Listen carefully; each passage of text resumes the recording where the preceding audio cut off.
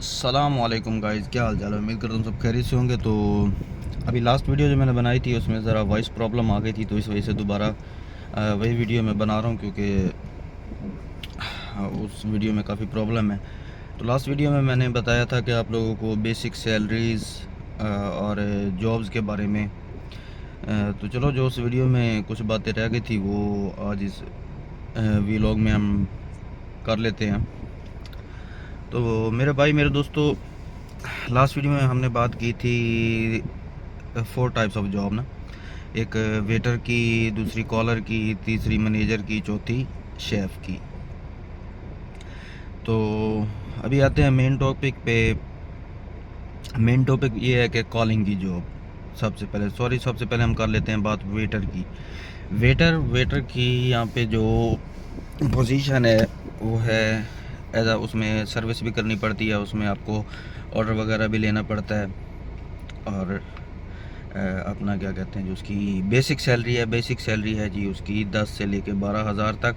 ये मैं वो सैलरीज बता रहा हूँ जो आम नॉर्मल रेस्टोरेंट्स में होती हैं, ठीक है ना। कोई हाई फाई कंपनीज़ नहीं है जिनके बारे में मैं आपको बता रहा हूँ। तो मेरे भाई, सबसे पहले वेटर की जो बेसिक सैलरी है वो तकरीबन 10 से 12,000 है। उसके बाद उसके अंदर टिप वगैरह है, और हर कंपनी का एक अपना सिस्टम है, कितनी छुट्टियां हैं, क्या है क्या नहीं, वो कंपनी जिसके अंदर आप काम करने जाएंगे वही आपको बेहतर बता सकती हैं। और अभी चलते हैं दूसरी जॉब के बारे में, जो है कॉलिंग की जॉब। यहाँ पे उसमें कई सिस्टम है, लेकिन मैं चंद मैं आपको बताता हूँ। जैसे कि फॉर एग्ज़ाम्पल अपना बोलते हैं कॉलिंग कॉलिंग सॉरी, उस चीज़ को बोलते हैं, यानी कि आप को बाहर रेस्टोरेंट के खड़ा कर दिया जाता है, वहाँ से अपने कस्टमर पकड़ के कंपनी के लिए अंदर ले आने हैं। और उस पे आपको हर कंपनी का एक अपना सिस्टम होता है, यानी कि कमीशन देने का। कुछ कंपनीज कमीशन पे करती हैं, कुछ कंपनीज कमीशन नहीं पे करती, कुछ कंपनीज कमीशन पे करती हैं, कुछ कंपनीज सैलरीज पे नहीं करती। तो हर किसी कंपनी का एक अपना सिस्टम है। फॉर एग्ज़ाम्पल इसमें आपको कुछ कंपनीज होती हैं जो सेल एवरेज के हिसाब से कमीशन पे करती हैं, कुछ कंपनीज होती हैं जो आपको परसेंटेज के हिसाब से कमीशन पे करती हैं। फॉर एग्ज़ाम्पल कुछ बिल होते हैं, उनके हिसाब से आपको उसका कमीशन निकाल के दिया जाता है। और कुछ कंपनीज होती हैं जो आपको खाली सैलरी पे करती हैं, कमीशन पे नहीं करती। फॉर एग्ज़ाम्पल,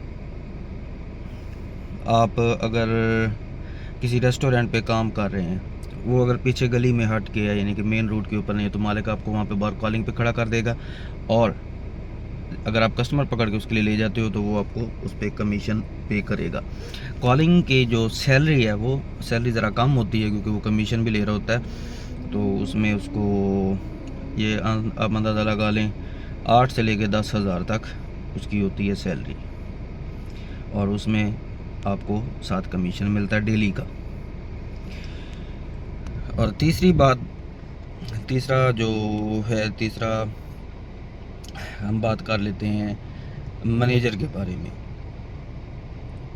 सॉरी, पहले आपको बोल दूं कि एक और भी है कॉलिंग की ना। फॉर एग्ज़ाम्पल, बंगला रोड पे अगर आप कॉलिंग की जॉब करते हैं तो वहाँ पे 90% जो है कंपनीज आपको सैलरीज पे नहीं करती।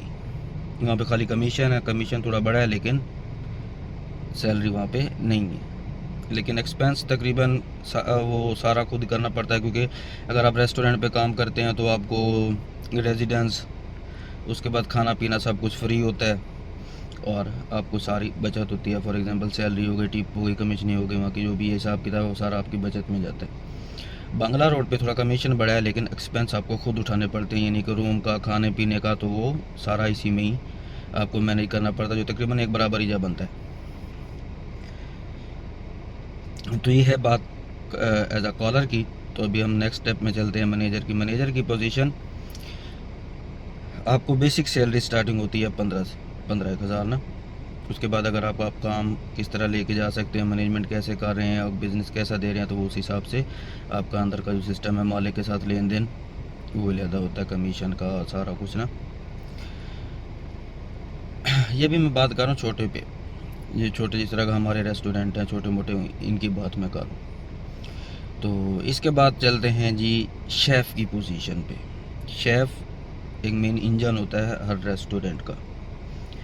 शेफ़ हज़रात के लिए ये है कि अगर आप अच्छा काम करते हैं, बिज़नेस अच्छा देते हैं, तो आपको अच्छा सैलरी दी जाती है। अगर आप उनका बिज़नेस जो चल रहा है उसको भी बिठा दें तो कुछ भी नहीं होता। बाकी हर कोई चेक करके आपको रखता है।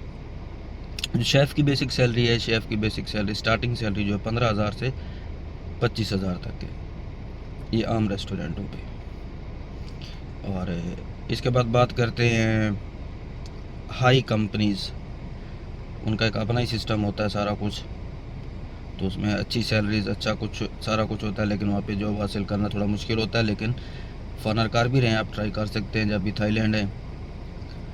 और वो जो भी उनका हिसाब किताब है, क्योंकि इतना मैं वो डीपली उनके बारे में नहीं बता सकता, हर कंपनी का एक अपना सिस्टम होता है। लेकिन फॉर एग्ज़ाम्पल तकरीबन सैलरीज तो तकरीबन एक बराबर ही होती हैं वेटर सारों की, लेकिन जो शेफ़ हैं या मैनेजर हैं उनकी ज़रा हाई सैलरीज होती हैं, लेकिन तकरीबन इतनी होती हैं जितनी मैंने आपको बताया। स्मॉल रेस्टोरेंट पे ज़रा थोड़ी होती है, 2-3 हज़ार 4,000 का फ़र्क होगा।